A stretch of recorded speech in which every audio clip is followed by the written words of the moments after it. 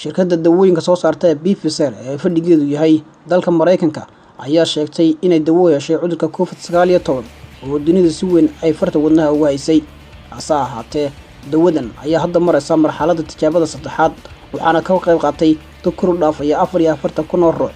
dhinaca kalena waxa ay sheegayaan wararku in 94 qof oo ka mid ah ay ka qaadeen isla cudurkan hadda tijaabadiisa lagu jiro. sidoo kale dawlado waaweyn ayaa ka dhawaajiyay inay dawadan u adeegsan doonaan. tan ayaa wax weyn hoos u dhigi doonta cabsida laga muujinayo cudurkan. Ra'iisul wasaaraha dalka Britain Boris Johnson ayaa sheegay in dawadan uu waxtarkeedu yahay 90% ay isticmaali doonaan kadib marka ay kala tashadaan hay'adda caafimaadka ee loo yaqaan NHS ee dalka Britain. si kastaba dalka Mareykanka ayaa sidoo kale isla laftigiisu doonayay inuu dawadan isticmaalo.